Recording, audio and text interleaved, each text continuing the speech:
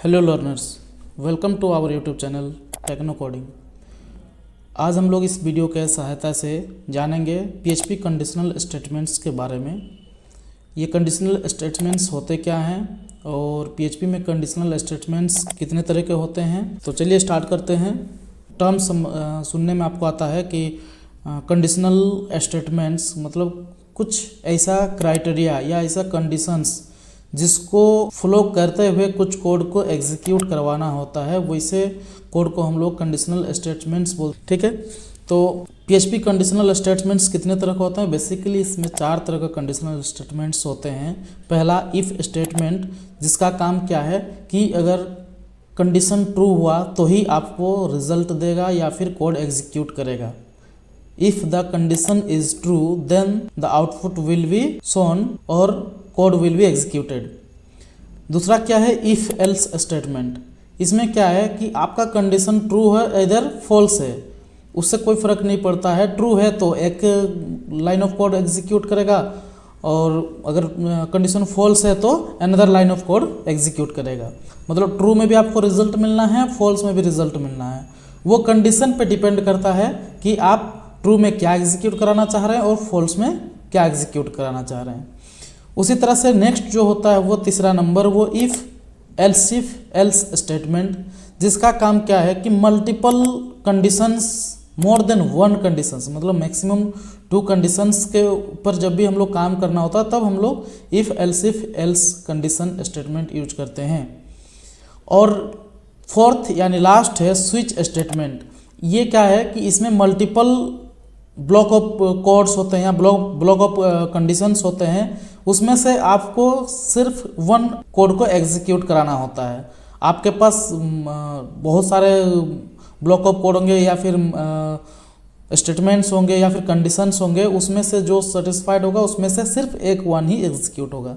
जैसे आपके घर में अगर इलेक्ट्रिक बोर्ड है तो उस बोर्ड में मोर देन 1 या 2 स्विच होते हैं। जैसे आपका इलेक्ट्रिक बोर्ड है उसमें 5 स्विच हैं, तो किसी एक पे ही वो पार्टिकुलर चीज़ परफॉर्म करता है। बल्ब जलाना तो एक स्विच से जलेगा, फैन चलाना तो एक स्विच से जलेगा। ये नहीं ना हम लोग करते हैं कि बल्ब जलाना है और हम चारों स्विच ऑन कर दिए, तो हमको बल्ब जलाना तो बल्ब का जो पार्टिकुलर स्विच है वही ऑन करेंगे। इसलिए इसी प्रकार के हम लोग का स्विच स्टेटमेंट जो होता है वहाँ पर मल्टीपल कंडीशंस होते हैं जिसमें सिर्फ वन ही एग्जीक्यूट होता है जो ट्रू होगा, जो कंडीशंस पास करेंगे। तो चलिए स्टार्ट करते हैं कुछ प्रोग्राम्स के साथ, देखते हैं कि ये कंडीशनल स्टेटमेंट्स वर्क कैसे करते हैं। तो हम लोगों ने विजुअल स्टूडियो कोड स्टार्ट कर लिया है। इसमें हम लोग एक नया फाइल क्रिएट करते हैं, Ctrl+N सेव कर लेते हैं इसको। हम लोग conditions.php के नाम पे PHP हम लोग स्टार्ट कर लेते हैं। अब हम लोग का क्या है कि एक कंडीशन लगाएंगे जिसमें चेक करेंगे। अगर कंडीशन ये लगा रहे हैं कि इफ़, सिंपल इफ़ का भी प्रोग्राम बना रहे हैं, कंडीशन ये लगा रहे हैं अगर हम बोल रहे हैं कि 5 अगर ग्रेटर देन है 9 से, तो ये तो ट्रू होगा ही नहीं क्योंकि ऑलरेडी हम लोग फॉल्स, ये इसको हम लोग बोलते हैं ग्रेटर देन साइन। ये सब कंडीशनल ऑपरेटर में आता है। आगे इसका नेक्स्ट वीडियो में हम लोग ऑपरेटर के बारे में भी थोड़ा पढ़ लेंगे, जान लेंगे। तो फिलहाल समझिए कि ये जिधर मुंह खुला हुआ रहेगा उधर का वैल्यू बड़ा होना चाहिए। तो 5 की तरफ इसका मुंह खुला हुआ है और जबकि ये 5 छोटा है, मतलब कंडीशन फॉल्स हो जाएगा यहाँ पर। तो हम लोग क्या करते हैं, कंडीशन ट्रू वाला प्रोग्राम करते हैं जिसमें हम लिखते हैं कि 5 बड़ा होना चाहिए 4 से। अगर ये है मतलब कंडीशन ट्रू हुआ देन हम लोग यहाँ पर इको कराएंगे क्या,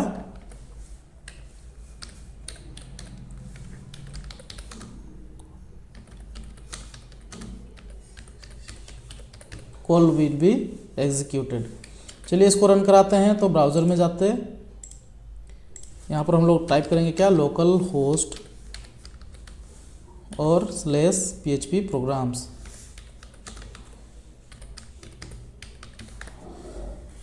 जैसे टाइप के हम लोग का अभी जो फाइल बनाए थे वो क्या था, conditions.php के नाम पे। तो call will be executed output आपको मिल गया।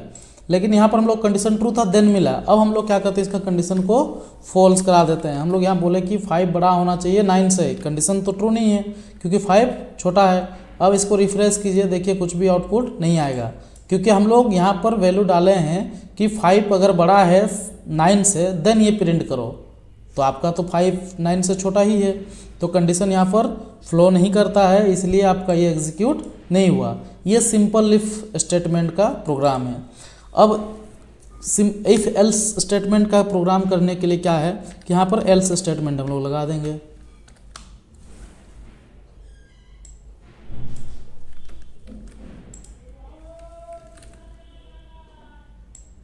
यहाँ पर लिख देंगे सेकंड नंबर इज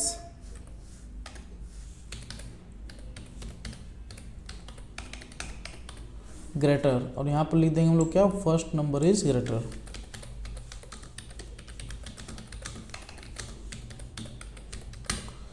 क्या है कि अगर कंडीशन ट्रू होता है, मतलब जिधर का मुंह खुला हुआ है उसका वैल्यू अगर बड़ा हुआ तो फर्स्ट वैल्यू बड़ा है, तो यहाँ पर हम लोग लिख दिए ये एग्जीक्यूट हो जाएगा फर्स्ट नंबर इज ग्रेटर। अगर नहीं तो हम लोग को मैसेज क्या आ जाएगा, सेकंड नंबर इज ग्रेटर।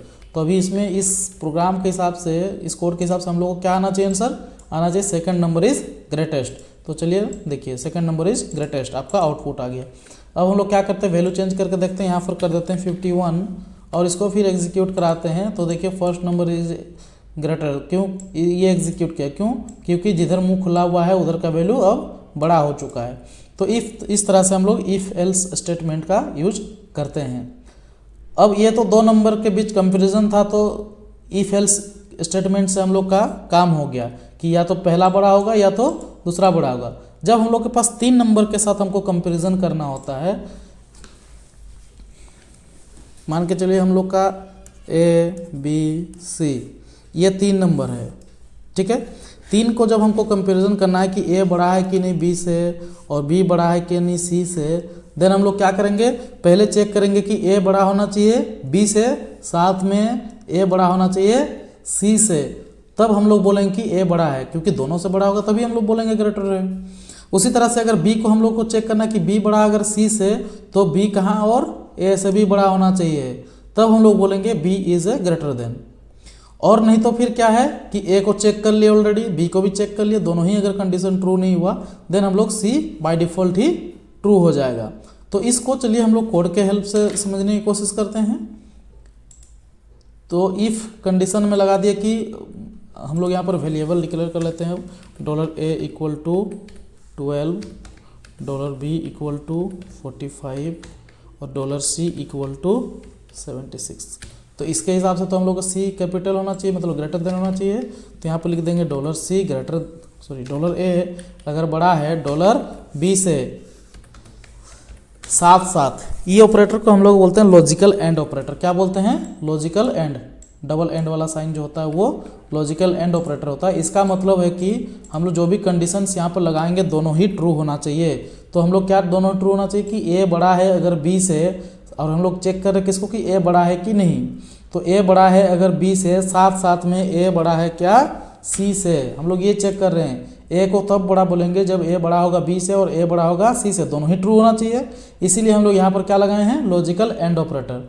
अब अगर दोनों ही कंडीशन ट्रू हुआ तो हम लोग यहाँ पर लिखेंगे क्या, A is a greater number, $A is greater, ठीक है। उस तरह से एल्स इफ, यहाँ पर क्या करेंगे कि हम लोग सेम चीज़ यहाँ पर कंडीशन लगाएंगे कि $B अगर बड़ा है $A से, साथ साथ में $B बड़ा होना चाहिए $C से, तब हम लोग क्या बोलेंगे, $B is greater, $B is greater.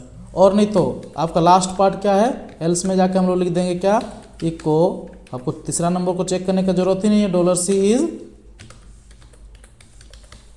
Greater, क्योंकि ऑलरेडी हम लोग 2 चेक कर चुके हैं, तो बाय डिफ़ॉल्ट तीसरा तो बड़ा होगा ही, है ना, अगर दोनों कंडीशन ट्रू नहीं होता है तो इसको रिफ्रेश करते हैं एक बार। तो क्या बोल रहा है, 76 इज ग्रेटर, तो 76 इज ग्रेटर ट्रू है, तो हम लोग यहाँ पर वैल्यू चेंज कर देते हैं, उसको हम लोग कर देते हैं 78।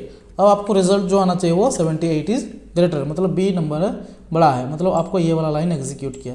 तो इस तरह से जब हम लोग मल्टीपल वैल्यूज़ के साथ हम लोग कंपैरिजन करते हैं तो हम लोग को इफ़ एल्स इफ़ स्टेटमेंट्स का यूज करना पड़ता है।